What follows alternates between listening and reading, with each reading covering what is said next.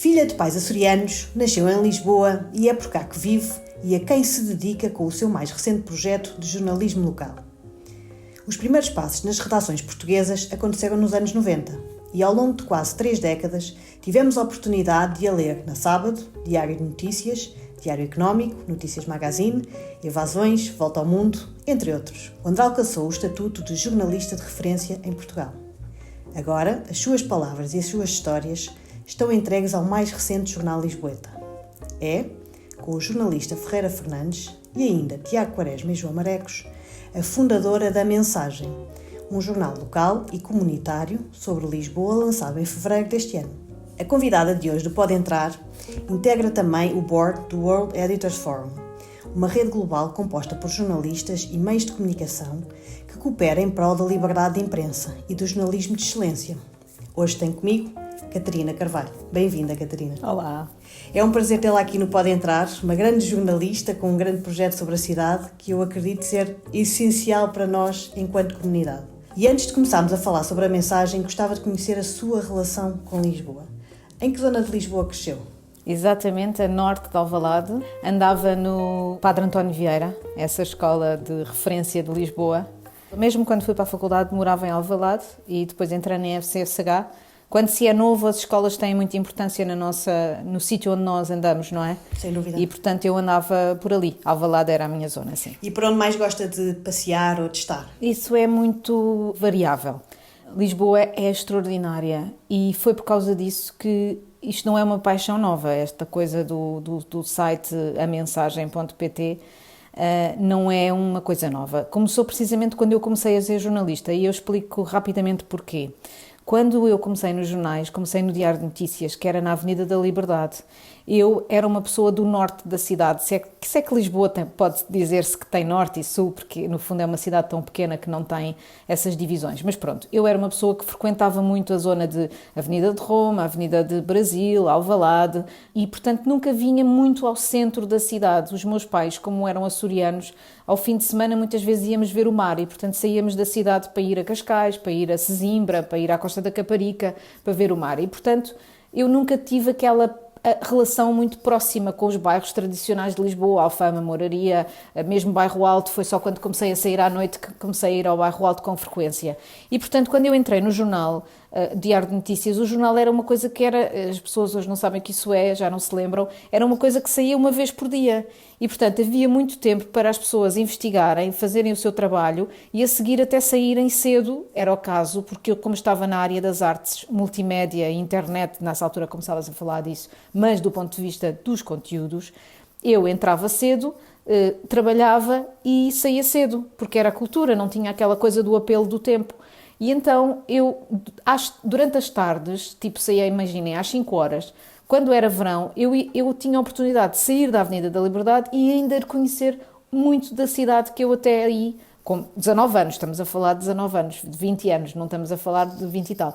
Eu entrei para o jornal a meio da faculdade. E portanto eu ia sair e ia muito conhecer a cidade. E por isso toda a cidade para mim é muito interessante nas suas diversas coisas. Diversidade, na sua diversidade, sei lá. Eu gosto, por exemplo, adoro o Mirador das Portas do Sol, que tem uma vista incrível sobre Lisboa, mas também gosto imenso de me embrenhar nas ruas da Moraria. Eu gosto do Bairro Alto, de passear e de ver lojas e etc., mas também adoro a burguesia de Campo de Ourique. Eu gosto das Amoreiras, eu gosto de passear de uma ponta à outra, adoro Belém. Belém foi uma zona que sempre foi muito frequentada por mim e por minha família pela mesma razão, porque era ao pé do rio, era ao pé do mar, era ao pé da água. Mas a cidade toda, por exemplo, há um miradouro ali no Restelo, que eu agora não me lembro do nome, ao pé da Igrejinha da Memória, acho que é assim que se chama, que é espetacular. Portanto, há muitas zonas da cidade onde eu gosto de passear, não há uma... E gosto muito da minha zona, onde eu moro agora, que não é Alvalade. Já devia ser uma pergunta sua, mas faça. Não. Eu ia perguntar se esse olhar, precisamente, essa forma de ver e conhecer a cidade está relacionada com ser jornalista. É provável que esteja, sim. É provável. É provável que esteja, e eu tenho uma visão jornalística que é um bocadinho diferente da visão que aparece nos jornais nos últimos anos, até de certa forma um pouco crítica para aquilo que aconteceu em Lisboa. porque eu, como andava na cidade, ando muito na cidade desde os 20 anos, assisti aos últimos 20 anos de evolução na cidade. E a Clara certamente tem outra ideia do ponto de vista de quem está experiente no imobiliário. Mas aquilo que eu vi há 20 anos era uma baixa da cidade, por exemplo, muito, muito vazia, sobretudo aos fins de semana.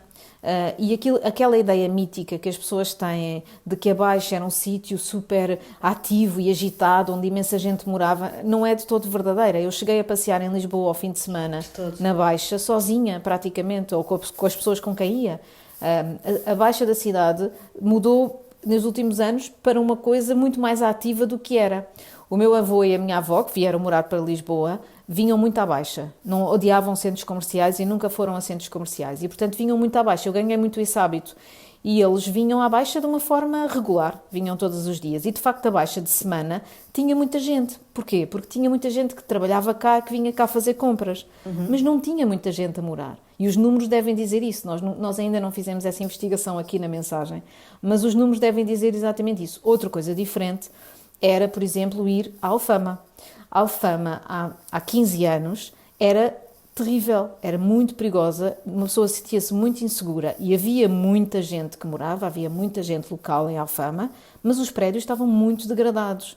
As pessoas viviam em condições muito, muito degradadas. Aliás, quem for à Alfama hoje, e eu não percebo porque é que os lisboetas não estão a passear na sua cidade, é uma coisa que me surpreende imenso. Já agora que estamos aqui numa conversa informal, eu fui no fim de semana passado à Alfama, em Moraria, e não há pessoas na rua. E eu pergunto porquê? Porquê é que os lisboetas não andam na sua cidade? Agora que não há turistas, não é? Eles queixavam-se dos turistas. Mas se for a Alvalade, se for a Campo de Ourique, se for aos bairros mais residenciais, provavelmente estão cheios de pessoas. Claro que sim. Aliás, os meus pais continuam a morar em Alvalade quando estão em Lisboa e Alvalade está cheio de pessoas, é verdade. E Campo de Ourique também. E provavelmente Campolide também. E provavelmente, claro que sim. Mas isso sempre foi assim. Nós aqui estamos a falar de uma coisa que é o centro da cidade, que é a sua área mais problemática, mas também mais emblemática. Não, exatamente. Então o que é que aconteceu na Baixa aos seus olhos? O que aconteceu na Baixa foi uma combinação terrível entre uma mudança da lei das rendas que fez com que as rendas disparassem e de forma absolutamente natural, porque o centro da cidade é o sítio mais nobre da cidade, é o sítio onde as pessoas que compram casas por vários motivos, entre eles o negócio, fazer negócio, é óbvio que é aqui que querem. Ainda por cima, a Baixa é linda, lindíssima, é uma zona com ruas não muito estreitas, é uma zona que foi desenhada pelo Marquês de Pombal e não é à toa que isso aconteceu de forma tão à escala humana. E, portanto, era óbvio que ia acontecer uma mudança grande e, portanto, a cidade devia ter pensado um bocadinho o que é que poderia fazer para que, por exemplo, não fosse o alojamento local a dominar a Baixa. Porque o alojamento local tem duas coisas más. Tira as pessoas do centro e não põe pessoas no centro, porque um hotel põe os seus empregados no centro, não é? Põe as pessoas que trabalham no hotel, que fazem aquela comunidade que faz parte do hotel. Um alojamento local não faz isso. Um alojamento local esvazia. Pronto, isto por um lado. Por outro lado, a questão dos usos dos prédios também é importante de numa área tão importante como esta, que é o centro, ser regulada. O uso dos prédios tem que ser regulado para que as zonas não fiquem só de uma coisa. E uma zona só de uma coisa é exatamente como as bactérias. Ou seja, no nosso corpo nós temos diversidade para que haja força de defesa. E quando uma cidade fica toda igual, quando uma área fica toda de alojamento local, essa área fica morta, não é? Porque não tem variedade. Pronto. E neste caso, em Lisboa, devia ter havido essa preocupação. Eu ia referir uma coisa que está a ser feita em Paris, nós na mensagem entrevistámos o Carlos Moreno, que é o autor do conceito muito popular por estes dias da cidade de 15 minutos. Do bairro em 15 minutos. Exatamente. E ele esteve a explicar que a cidade de 15 minutos não é só mobilidade, é também a regulação dos usos da cidade. E, portanto, o que é que Paris está a fazer? Paris, que é uma cidade, como se imagina, muito mais grave do que Lisboa em todas as coisas que falámos aqui, porque o centro está perfeitamente com uma pressão imobiliária incrível. O que a cidade fez, o que a mairie fez, a Anne Hidalgo, foi comprar, a Câmara compra as lojas no centro, os espaços comerciais, e faz um concurso para quem quer ir para essas lojas. E, portanto, esse concurso faz com que a Câmara, como já aconteceu, aliás, em Nova Iorque, muito pouca gente tem noção disso, mas Nova Iorque também fez exatamente isso, apesar de ser a meca do capitalismo e do liberalismo, a cidade de Nova Iorque condiciona os usos das lojas de Nova Iorque. Não se pode ter duas lavandarias ao lado uma da outra, por exemplo. Não se pode ter, em Paris, por exemplo, estas lojas foram adjudicadas a pessoas que tinham negócios que traziam variedade à cidade. Não foi às grandes cadeias internacionais, foi a quem? Aos artesãos de Paris, aos artesãos da cidade, ou que quisessem vir para a cidade fazer a mostra das suas coisas, e também àquilo que é a necessidade das pessoas que está ali à volta. Por exemplo, uma mercearia, ou um sapateiro, ou uma loja de ferragens, ou uma drogaria, por exemplo. São tudo lojas que fazem falta às pessoas naquele sítio e que a cidade organiza o sítio para as pessoas viverem. Pronto, e isso foi o que não aconteceu na Baixa. Na Baixa foi o liberalismo selvagem, estupidamente, quanto a mim, que, pronto, podia dar certo, podia não dar. Em algumas zonas terá dado certo, noutras não. Coisas boas que isso teve. Trouxe remodelação nos prédios, a cidade está muito mais bonita. O Bairro Alto e a Alfama tiveram uma remodelação incrível, há prédios lindíssimos, projetos engraçadíssimos e que ajudam a que a cidade fique interessante. O que é que aconteceu de mal? Houve um esvaziamento aqui na Baixa de zonas onde as pessoas trabalham, em Alfama e no Bairro Alto, das pessoas que viviam lá. Saíram as que viviam e que nem todas viviam confortavelmente e não vieram novas. Porquê? Porque não conseguem pagar esses preços, não é? Porque antigamente, se nós fôssemos fazer uma espécie de uma sondagem à la longue, era provável que muita gente dissesse que não queria viver na Baixa, não é? Mas a verdade é que depois acaba por não quer viver na Baixa antes, mas agora queria e não consegue. É isto. Ou seja, resumindo aquilo que a Catarina está a dizer, haver uma visão da cidade por quem nos comanda, para depois permitir à iniciativa privada, então, avançar, trazer comércio, poder preparar imóveis para funcionar melhor a cidade. Mas ter aqui uma visão que fizesse sentido de base e, portanto, estaria integrado nesse conceito da cidade em 15 minutos, precisamente, que falou, não é? Sim, por exemplo, claro, também há outros conceitos, não é? Não é só este. Sim, aqui neste caso seria bastante radical que se conseguisse repovoar a Baixa, porque já não é povoada há muitos anos, não é? Havia gente a morar, mas era pouca gente e, portanto, neste caso do centro da cidade, essa cidade de 15 minutos seria uma grande revolução. Sim, de facto. Catarina, e qual é que é, no meio deste seu conhecimento da cidade, qual é que é aquele segredo que sabe e que mais ninguém conhece de Lisboa? Sei lá, essa pergunta é muito difícil, porque eu não me arrogo nenhuma ideia de ter um conhecimento especial da cidade, nem nada disso. Eu às vezes passei em Lisboa como passei em Paris. E eu não sou muito de ficar presa a sítios, a espaços. Eu gosto de passear e é uma coisa que não faço um diário de bordo, nem nada disso. Portanto, eu conheço alguns segredos.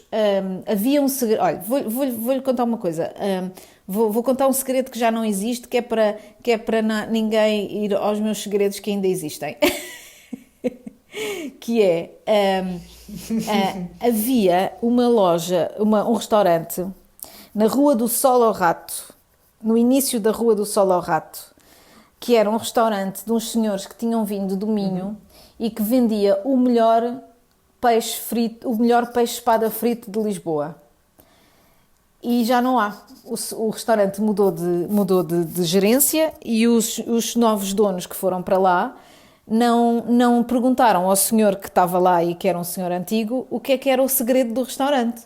E, portanto, não tendo perguntado isso, mudaram completamente a emenda. Era uma emenda tradicional do Minho e ele deixou de ter o tal peixe espada frito que era espetacular e isso é a forma como as coisas se perdem também na cidade.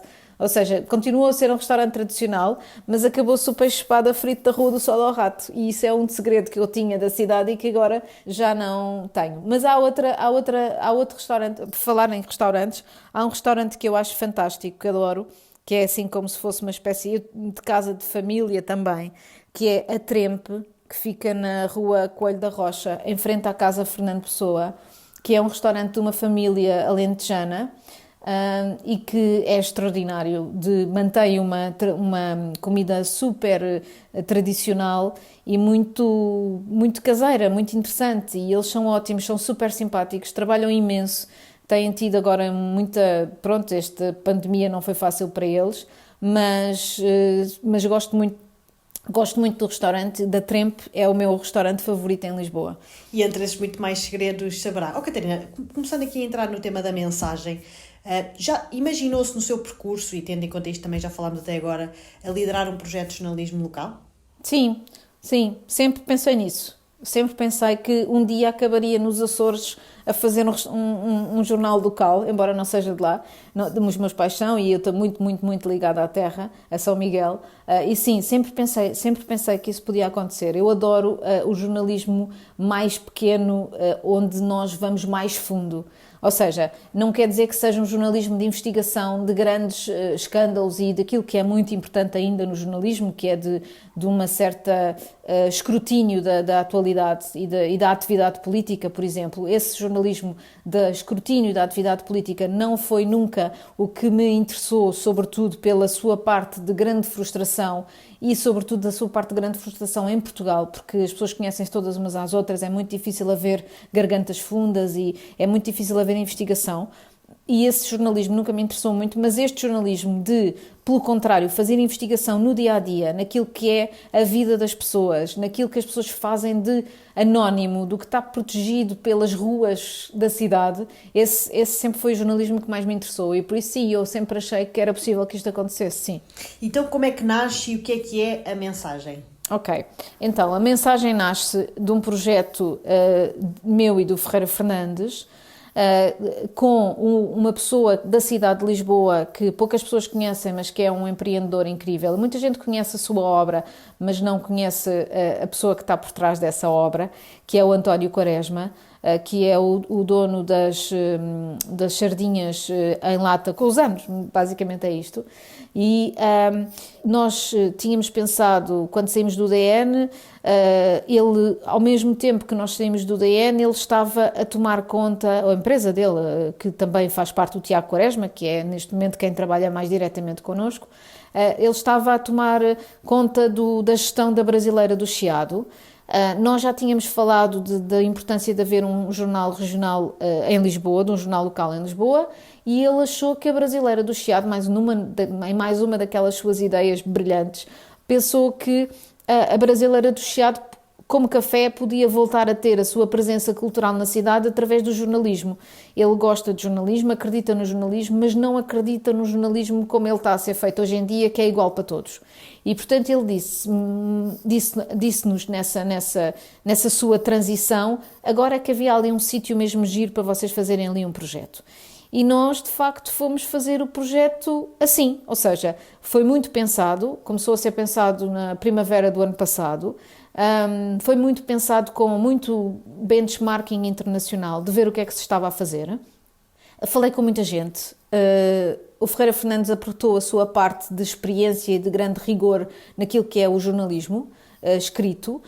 Depois juntámos-nos a um grupo jovem de jornalistas, mais 3 jornalistas muito novos, menos de 30 anos, mas com grande qualidade e grande experiência, pode-se dizer, e com mais um jornalista que eu conhecia há uns anos e que era brasileiro, vivia em Lisboa há 5 anos e que tinha também uma vertente multimédia bastante forte. E, portanto, este grupo reuniu-se e começou a pensar nisto, começou a pensar no que é que seria um projeto para a cidade. E nós... Uma coisa nós pensámos logo, que foi: nenhuma história é pequena demais para nós a contarmos. Pronto. A segunda parte foi: há imensas histórias individuais que não há espaço para elas nos órgãos de comunicação social, nem eles querem saber disso. E, portanto, vamos agarrar nessas histórias que os outros não estão a contar, porque para contar as histórias que os outros estão a contar, estão cá eles. Por exemplo, na parte política temos aqui uma questão que é como é que nós vamos cobrir as eleições, por exemplo, para a Câmara de Lisboa. E uma coisa temos a certeza, não as vamos cobrir com tricas e mexericos e coisas relacionadas com campanha eleitoral. Vamos fazer um debate sério sobre as questões de Lisboa com os lisboetas. Já temos 2 ou 3 ideias e é isso que vamos fazer. Portanto, voltando ao assunto, e histórias de pessoas que estavam a fazer coisas na cidade, digamos assim, pequenos empreendedores, não é preciso ser negócios, pode ser coisas sociais e etc. Uma área muito ligada ao urbanismo, que tinha a ver com todas as coisas de que não se fala, sei lá, desde o uso das bicicletas, até ao uso dos automóveis, até à parte urbana, até, lá está, aos usos da cidade, a habitação, jardins. Jardins é uma coisa que nós não tínhamos previsto, mas que tem há imensa apetência das pessoas para ouvir falar destas coisas de espaços verdes. E, portanto, pronto, estas áreas foram mais ou menos as áreas que nós fomos vendo como interessantes para nós e como aquilo que nós supostamente devíamos fazer que os outros de facto não fazem. E foi assim que surgiu. E foi assim que surgiu e tem evoluído, e a mensagem começou a ser três ou quatro coisas engraçadas que nós não nos apercebemos que ia ser assim, mas que foi uma área social muito forte, com pessoas de quem nunca se ouve falar e partes da cidade que não aparecem nas notícias. Estas pequenas histórias de pessoas ou grupos de pessoas que fazem coisas giras na cidade giras e interessantes ou importantes também. E depois essa área mais urbana que tem a ver com, por exemplo, as vistas de Lisboa. Poucas pessoas sabem que as vistas de Lisboa são protegidas. Portanto, estas três áreas foram as áreas de intervenção. E depois temos uma quarta área, que é a área dos eventos e da relação com os leitores, que também tem também nos toma muito tempo e que também faz parte do modelo de negócio, que é de ouvir as pessoas e de estar com elas e participar com elas na vida da cidade. Temos todos os meses um encontro com leitores, no início do mês, na primeira quarta-feira do mês, e temos feito outros eventos na Brasileira, por enquanto ainda sem público, transmitidos através do Facebook, mas a partir de maio esperemos já com algum público, pelo menos, lá. Ou seja, precisamente como estava a dizer, uma parte grande e importante deste projeto é de ser de jornalismo comunitário, não é? Eu ia precisamente perguntar através de que formato é que vocês se envolvem com a comunidade para então ouvir e partilhar. Achei muito interessante que esta parte que falava das eleições que vai acontecer, ou seja, como é que vocês vão ouvir as pessoas, muitas vezes se calhar mais do que os políticos. Sim, exatamente, ou seja, nós vamos continuar a fazer aquilo que temos feito. O que nós temos feito é ouvir as pessoas nos encontros com os leitores, ouvi-las sempre, porque elas continuam a mandar-nos imensos e-mails e imensos comentários nas peças, e estar com elas, onde nós vamos fazer eventos, ou seja, nós preferimos perder uma hora a responder aos leitores no Facebook, no Instagram e no Twitter, do que estar 2 horas a fazer, editar textos da Lusa, não é? Sim. Nenhum desprimor para a Lusa, mas não há muito interesse nisso. E sente neste momento a curiosidade ou mesmo a vontade dos lisboetas em fazerem parte? Sinto bastante, sinto. Também há coisas que eu acho que são interessantes, que há muita falta de engagement cívico na cidade.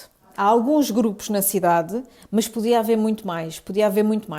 Há muito interesse das pessoas, mas que depois, não sei se por falta de tempo ou por falta de... E não estou a falar de nós sentimos esse interesse e há muitas pessoas que continuam a ter interesse. Olha, um interesse muito grande tem vindo da comunidade de expatriados, de imigrantes em Portugal, de pessoas que vieram de outros países para viver em Lisboa. Alguns já não são imigrantes, alguns são simplesmente reformados, não é? E não estão a trabalhar. Mas nós temos tido muita resposta dessa comunidade em Portugal. Porquê? Porque precisamente eles dizem que através da mensagem conhecem uma Lisboa que não conheciam, que não é a Lisboa também dos eventos para o público, tipo time out ou assim, porque faz o lazer, não é? Da cidade, e esse lazer é mais público. Aqui estão a conhecer uma cidade que ninguém conhece, das pessoas que estão a morar ali ao lado e que eles não sabem quem são. Portanto, sim, eu sinto isso, mas acho que podia haver mais. Acho que as pessoas podiam fazer muito mais pela sua cidade. Acho que há muita noção em Lisboa de que a Câmara tem que fazer tudo, e há muito pouca noção de que um grupo de vizinhos que tem muito mais poder do que pensa que tem. E não é para ser contra a Câmara ou para fazer alguma coisa contra, que pode fazer à vontade, está na sua liberdade. Mas é para mudar uma coisa, para mudar uma rua. Para mudar uma rua é muito mais fácil um grupo de vizinhos mudar uma rua do que a Câmara Municipal de Lisboa, que tem milhares de ruas para mudar, não é? E isso as pessoas não sabem, claro. As pessoas não sentem isso. Pois, ainda não, não é? Pelo menos é o que eu lhe ia perguntar. Do meu sentimento, parece que é algo mais recente de as pessoas se aperceberem que podem envolver-se dessa forma e criar a mudança muito micro, muito local para fazer a diferença, não é? Seja por jardins, seja por melhorar uma rua. Os jardins é uma coisa óbvia, não é? Porque estão ali, é uma coisa que se pode mudar, basta chegar lá e mudar. Mas, por exemplo, a ciclovia da Avenida de Berna vai acabar com uma fila de estacionamento na Avenida de Berna. E, portanto, as pessoas vão deixar de ter lugar para estacionar o carro. Pronto, esta ideia, um pequeno parênteses, aqui, esta questão carro-bicicleta, carro-peão, é de doidos em Lisboa, mas já foi nas outras cidades. É que estamos a falar de uma coisa que é tirar aquilo que as pessoas julgam que é um direito. E sempre que isso acontece, há grandes reações. Neste caso do carro, sem dúvida. as pessoas acham que têm direito a estacionar um carro por zero, não é? As pessoas não percebem que ter um carro numa cidade custa dinheiro e, portanto, que se tem o carro, além do dinheiro do carro, deviam custear o seu estacionamento ou o espaço para ele, porque como dizia o presidente da Câmara de Pontevedra quando veio a Lisboa para o nosso debate sobre as cidades e os carros, dizia, eu não tenho uma vaca em Lisboa, se eu tiver uma vaca eu não vou perguntar ao presidente da Câmara onde é que eu vou pôr a minha vaca, portanto eu não posso querer que haja exatamente a mesma coisa com o carro, eu não posso trazer o meu carro para a cidade e achar que tenho que o estacionar, porque não há um lugar para ele, nos parques de estacionamento que estão vazios em Lisboa. Porquê é que estão vazios em Lisboa? Porque são caros. São um terço do espaço, são um terço do preço de Madrid ou Paris. Mas ainda assim são caros para o nosso estilo de vida. Portanto, o que é que acontece? Há várias coisas que têm que mudar. A primeira das quais é o metro, que tem que ser rapidamente feito para as pessoas conseguirem andar de um lado para o outro em toda a cidade rapidamente. E depois tem que se habituar a não ter carro, o que vai ser uma transição muito, muito, muito difícil. Eu própria estou a tê-la na minha cabeça. Exato, mas só para explicar esta questão do civismo. Na minha rua vai deixar de haver lugar para estacionar, como é óbvio, porque se vão tirar aqueles lugares da rua que fica contígua à minha, embora a outra rua a seguir seja só para residentes, é óbvio que está cheia. Ali nas Avenidas Novas ninguém tem garagem. Mas ninguém se propôs, nem eu própria, que também estou a fazer este projeto novo, não vi um grupo de vizinhos que dissesse assim, vamos reunir hoje no Jardim X e vamos debater como é que vamos resolver este problema. Vamos pedir à Câmara que possamos estacionar no parque por um preço módico para fazer. Vamos pedir à Câmara para pôr os carros não sei onde para que isso aconteça. Quais são as possibilidades que temos? As pessoas mais velhas terem, por exemplo, mais prioridade do que as pessoas mais novas, junto do sítio onde moram. Haver lugares de estacionamento para quem nunca sai, fora da zona, onde as pessoas possam ir buscar os carros depois. Ninguém discutiu nada. Portanto, a única coisa que fizeram foi falar contra a Câmara de Lisboa, que vai fazer uma coisa que no fundo é moderna, que é uma ciclovia, e que as pessoas estão contra porque vão-lhes tirar os carros. Portanto, isto é de loucos e as pessoas não estão habituadas a discutir, não estão habituadas a fazer sugestões, não estão habituadas a fazer aquilo que eu acho que se faz noutras cidades com muito mais evolução do que em Lisboa. De que forma é que a mensagem consegue dar mais visibilidade a estes projetos ou inclusive é atrair uma população mais desligada que não tem ainda qualquer participação, precisamente como estava a falar na sua rua? E isso era bom, nós gostávamos de fazer isso. Estamos a tentar, não estamos ainda lá, não é? Ainda só temos 2 meses, mas eu acho que ainda por cima estamos a viver uma situação de absoluta anormalidade, não é? Mas estamos a desenvolver parcerias na própria cidade. Temos falado, por exemplo, com a EML, é uma das entidades com quem temos falado sobre isso. Vamos querer fazer debates sobre esses assuntos que dizem às pessoas e gostávamos muito que as pessoas também participassem connosco nessa discussão da cidade e nessa ideia de que a cidade se pode discutir e é o sítio onde a gente mora. Eu acho que isto tudo começa no condomínio, começa no nosso prédio. Não é? Começa no nosso prédio. Nós no nosso prédio, eu não sei o nome dos meus vizinhos. E, portanto, isto é uma coisa muito, muito, muito portuguesa. E lisboeta, sobretudo. Eu acho que é muito lisboeta. E aí sim, os bairros tradicionais não tinham isso. Os bairros tradicionais, as pessoas conheciam os seus vizinhos porque viviam muito na rua. Não é? O problema é não viver tanto a rua. Na zona onde estamos, não é? Eu lembro que tivemos aqui um dos convidados que dizia, olha, claro, a melhor forma de melhorarmos a comunidade local é começar por dizer bom dia aos seus vizinhos e às lojas. Exato. Exatamente. Exatamente. Catarina, e para se conseguir também uma perspectiva mais abrangente de Lisboa, é preciso conhecer a centenas de trabalhos de investigadores e especialistas que se dedicam à cidade, e já mencionou alguns dos projetos que estão a fazer. Algo que eu também tenho feito com o Pode Entrar, por exemplo. Acredita que a mensagem vem valorizar estes trabalhos e investigações desenvolvidos por geógrafos, urbanistas, antropólogos? Esse é um trabalho que nós ainda não estamos a fazer completamente, lá está, porque pela mesma razão só temos 2 meses e tem sido uma loucura em termos de histórias para contar, mas já estamos a fazê-lo através da nossa parceria, por exemplo, com a FCSH. Para a semana, este mês, vamos começar um trabalho que partiu precisamente de uma investigação de 2 investigadores de urbanismo da FCSH. Temos a Dora Santos Silva e o João Seixas na nossa equipa, ambos ligados, uma ao jornalismo na cidade, o outro é geógrafo, economista, etc. e é urbanista, no fundo é o que ele é, e ele faz-nos muito essa passagem, essa transição para aquilo que são o estudo da cidade, mas lá está, é tanta coisa que nós estamos ainda a fazer, mas queremos fazer isso e isso é um dos nossos objetivos, dar visibilidade a esses trabalhos de investigação. Se bem que, mais uma vez, há muitos trabalhos de investigação focados em temas muito iguais, tipo a habitação há muito trabalho sobre isso, habitação e mobilidade são muitos trabalhos sobre isso, mas, por exemplo, nós estamos agora a desenvolver um trabalho sobre o som da cidade, que partiu do nosso podcast, que se chama Sons da Cidade, e que não é de música nem de entrevistas, é um trabalho sobre o som mesmo, sobre os sons que a gente ouve em Lisboa, e esse trabalho estamos a tentar desenvolvê-lo com um grupo de musicólogos. E vai haver notícias em breve sobre este assunto. E estando a par dos movimentos sociais, eu sei que é uma fase inicial, eu estou a fazer este tipo de perguntas, porque eu tenho, pelo que tenho acompanhado e pelo que a Catarina nos conta aqui, há uma ambição grande, não é, com este jornal, da participação e da envolvência de toda a cidade.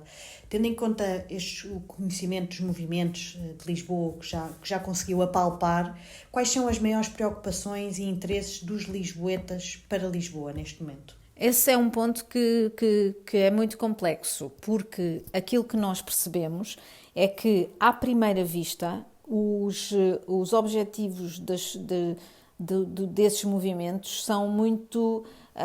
começam por coisas muito básicas. Há duas coisas que são muito importantes em Lisboa. A primeira é o estacionamento para os carros, e a outra é a habitação. Uma é totalmente legítima, a outra é um sinal de algum atavismo da cidade. A habitação é de facto um problema, porque a Câmara tem poucas casas, o Estado tem poucas casas em Lisboa, muitas estão degradadas e, portanto, a Câmara não é possível haver uma política de habitação à custa dos privados, não é? Ninguém consegue fazer uma política de habitação à custa dos privados. E, portanto, o Estado não tem capacidade de movimento. E as pessoas estão preocupadas com isso. Embora haja já uma grande evolução em relação àquilo que existia. É um bocado chato porque nós queremos que a nossa economia evolua, mas quanto mais a economia evolui, mais as casas ficam caras. E, portanto, é um bocadinho um pau de 2 bicos, não é? Porque as pessoas depois não deixam de ter uma capacidade para viver. Mas isso acontece nas outras cidades todas, como Paris e... Há cidades que estão a resolver problemas relacionados com o turismo e há cidades que têm muito maior capacidade de resolução destes problemas porque têm um grande parque urbano que é do Estado e, portanto, o Estado pode intervir e pode fornecer casas ao mercado a preços mais potáveis para as pessoas normais de classe média. Portanto, essa habitação é uma área muito importante. A outra área muito importante e que começa a ser muito importante é a questão dos jardins e dos espaços verdes. Também move muitas pessoas. Nós tivemos várias histórias relacionadas com isso. O jardim em Alvalade que foi feito por um senhor que se pôs mãos à obra a fazê-lo. E vamos ter várias. Já temos mais 4 ou 5 histórias parecidas com esta na pipeline para publicar. Portanto, jardins é uma área importante. A área da mobilidade também, não tanto pelos transportes públicos, mas mais pela bicicleta e as condições para andar de bicicleta. Também é uma área. A questão que mais polemiza e polariza a cidade são as bicicletas. Pois, acaba por ser quase muito bipolar, não é? Como dizia, ou se adora ou se odeia, parece que às vezes não há uma conversa, como aconteceu na Almirante Reis, não é? Quando começaram a fazer a ciclovia, havia quem dizia é maravilhoso e depois é horrível, as ambulâncias não passam, e acaba por não haver esta... Pois, porque no fundo acabamos por perguntar-nos aqui o que é que vem primeiro. Mudar a mentalidade ou criar as ciclovias e obrigar, no fundo, as pessoas a mudar a mentalidade? É muito difícil de saber isso. Há pessoas que são mais permeáveis à mudança. As mentalidades são as coisas mais difíceis de mudar, não é? Cultura e mentalidade é para esquecer, mas pronto. Há coisas que são básicas. Eu acho que o metro em Lisboa é muito pequeno. E isso faz com que as pessoas não se consigam deslocar de um lado para o outro com muita facilidade. Pelo menos em vários sítios da cidade. A ampliação do metro eu acho que vai representar uma grande mudança na mobilidade das pessoas de Lisboa. Isto eu digo porquê? Porque um autocarro está dependente do trânsito, está dependente da forma como o trânsito está a escoar, é mais desconfortável, é muito menos fiável, não é? O metro vai mudar muito a forma como as pessoas veem a mobilidade em Lisboa, tem que ser assim. E a forma como as pessoas aproveitam a cidade pode vir a ter alguma modificação com esta pandemia. Porque uma das coisas que nós vemos é muito mais gente a aproveitar as esplanadas do que antes, até quando chove. Portanto, isso pode ser que altere a forma como nós vemos a cidade. Não é por estar a chover que eu não posso meter-me num autocarro e ir passear. Não faz sentido. Nem faz sentido eu estar a deslocar-me enfiada no meu carro quando posso fazer o mesmo percurso de forma muito mais rápida de metro. Pronto, isso pode ser que de facto se altere. Sem dúvida. E claro, há que olhar para a grande Lisboa, não é? Porque foi tudo construído assim de repente, até foi uma das conversas muito interessantes que nós tivemos com o Zé Manuel Viegas, que há que perceber que não há muitos meios de transporte também viáveis para as pessoas não trazerem o carro para o centro da cidade. Mas aí é que está a questão. A cidade dos 15 minutos, o que pensa é um bocado ao contrário disso. É a forma como se pode tornar os sítios onde as pessoas moram também os sítios onde as pessoas trabalham. Porque o ambiente não vai continuar... Nós não vamos poder continuar a fazer 1 hora por dia de carro para ir trabalhar ou 1 hora por dia de autocarro para ir trabalhar. E, portanto, a ideia da cidade dos 15 minutos é que quem trabalha em Lisboa, mora em Lisboa, e até mais que isso, quem mora em Alvalade, trabalha em Alvalade, quem mora no Beato, trabalha no Beato, quem mora na... É isso que tem que se alterar. É a forma como nós observamos a cidade, não como um donut, mas como vários satélites, como um satélite de várias bolinhas. E, portanto, quem mora na Amadora, convém que trabalhe na Amadora. Não faz sentido nenhum vir trabalhar para o centro de Lisboa. Faz sentido vir cá de vez em quando tratar de algum assunto ou vir até usufruir do espaço da cidade, que é bonito, mas não faz sentido fazer este trabalho todos os dias, fazer esse percurso todos os dias, mais de 1 hora por dia, 50 horas por mês. Imagine-se o que é isto na vida de uma pessoa, não é? Portanto, essa ideia de que a cidade faz parte de um núcleo enorme em que tudo fala com tudo, não é? Lisboa é o centro onde as pessoas trabalham e depois vivem não sei onde. Não, as pessoas têm que viver e trabalhar em Lisboa, viver e trabalhar na Amadora, viver e trabalhar em Sintra, viver e trabalhar em Cascais. Essas cidades têm esse desafio e Lisboa tem o desafio também contrário, que é trazer as pessoas e as empresas para cá dentro. Catarina, este modelo que vocês têm com a mensagem, pensa que é o futuro do jornalismo local? É um dos futuros do jornalismo local. Eu não acredito em soluções unívocas para nada. É um dos futuros do jornalismo local. Há outros. Nós podíamos ter feito um jornalismo local baseado em investigação jornalística. Podíamos ter feito um futuro do jornalismo local em vídeo. Podíamos ter feito um jornalismo local eu acho que há muitas formas, mas há uma forma que eu acho que faz sentido para todas elas, que é não esquecer que nós estamos a trabalhar para os leitores. E que os leitores, se não existirem leitores e se nós não representarmos um serviço para eles, também não estamos a fazer um serviço à sociedade. A sociedade são os leitores. Portanto, a ideia de o jornalismo fechado no seu castelo de cristal, que está a trabalhar para os seus valores e para as suas cliques e para a sua bolha, isso aí eu não acredito no futuro desse jornalismo. É a única coisa em que eu não acredito de forma unívoca. Qual é que é o vosso modelo de negócio para sobreviver enquanto entidade? O nosso modelo de negócio é muito esse. É exatamente como uma pessoa que vende casas. Se não houver quem compre, não tem modelo. Portanto, nós temos exatamente essa questão, que é, nós só seremos úteis se as pessoas virem a nós uma utilidade. Quer nos nossos conteúdos, quer nos nossos eventos, quer nas nossas reuniões, quer na nossa comunicação. Ou seja, nós comunicando com as pessoas também estamos aqui a fazer um papel para elas, estamos a desempenhar uma função.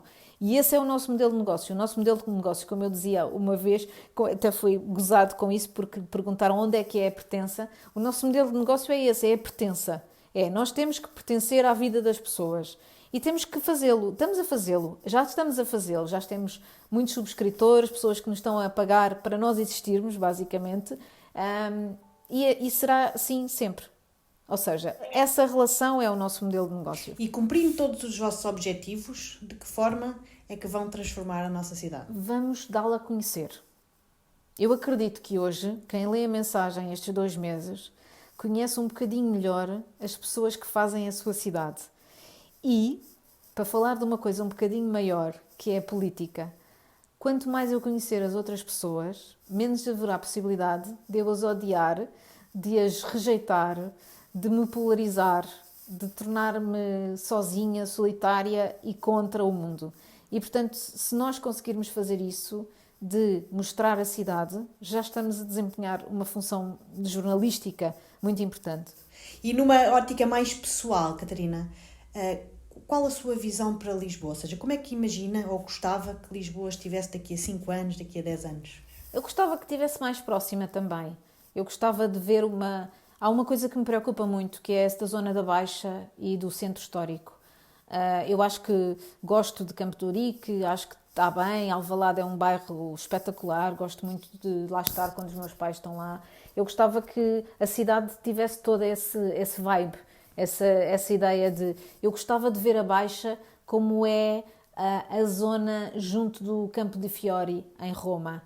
Uma baixa cheia de pessoas que fazem coisas diferentes, de artesãos que têm a sua loja, de galerias de arte, de pessoas que estão a fazer projetos e que vivem o seu dia-a-dia aqui. Não quer dizer que vivam na Baixa, mas que estão a passar o seu dia-a-dia aqui, e gostava de ver essa cidade enérgica que se vê, por exemplo, no Chiado ou no Bairro Alto. Gostava de vê-la aqui embaixo também. Gostava de vê-la uma cidade que não fosse só para turistas, em que os turistas fossem os próprios lisboetas.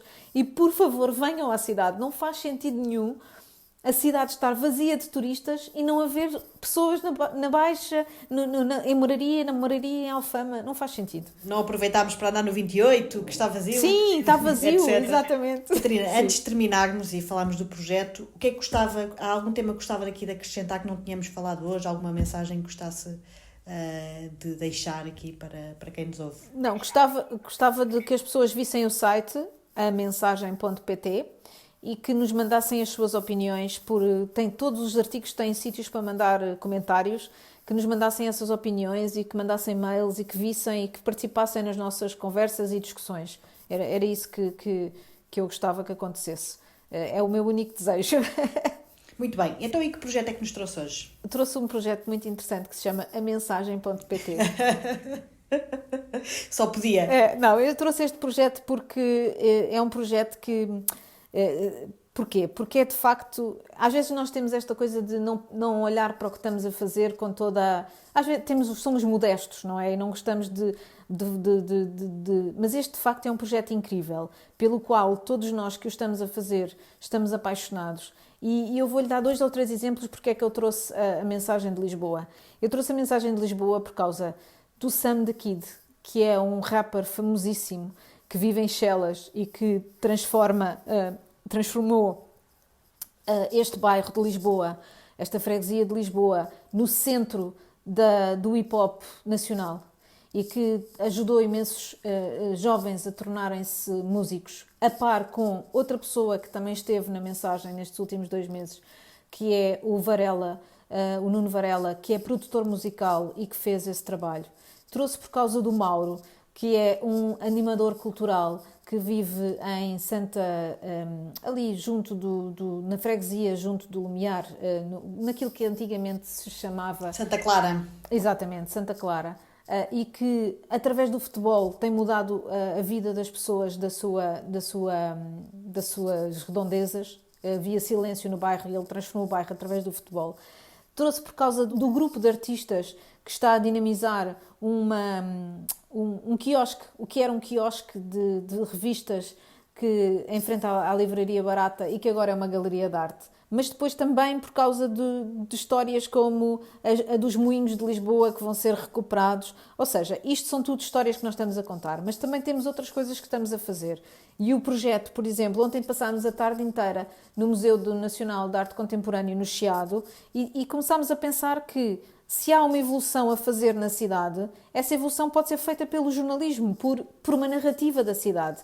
E é por isto que eu trouxe este projeto e que não consigo pensar neste momento em mais nenhum que seja mais importante para nós e para a cidade de Lisboa do que este. Foi por isso que eu resolvi trazer este. Eu andei a pensar e tal, mas como também não queria como estou numa posição muito difícil, eu não queria dar importância a um projeto em vez de outro qualquer, trouxe este porque é um projeto suficientemente abrangente. E claro, eu esqueci-me de dizer há bocado uma coisa. Nós temos tido outra coisa interessante, que é, temos muita gente que quer escrever connosco, que quer estar connosco nas nossas páginas. E nós estamos abertos a todas as participações. Claro que tem que passar pelo crivo editorial, claro que sim, mas nós estamos abertos a que as pessoas façam coisas connosco.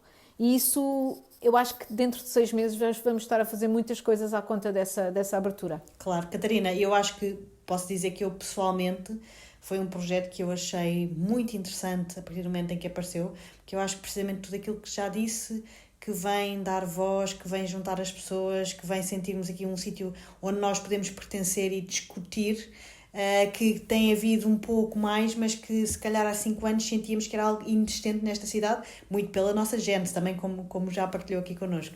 E portanto eu agradeço estar aqui a falar aqui um pouco connosco, gostei muito de conhecer e conhecer melhor este projeto. Obrigada eu por se terem lembrado de nós e quando quiser podemos fazer qualquer coisa em conjunto. Sem dúvida que iremos fazer alguma coisa, Catarina. Obrigada, um beijinho e vemo-nos por aí.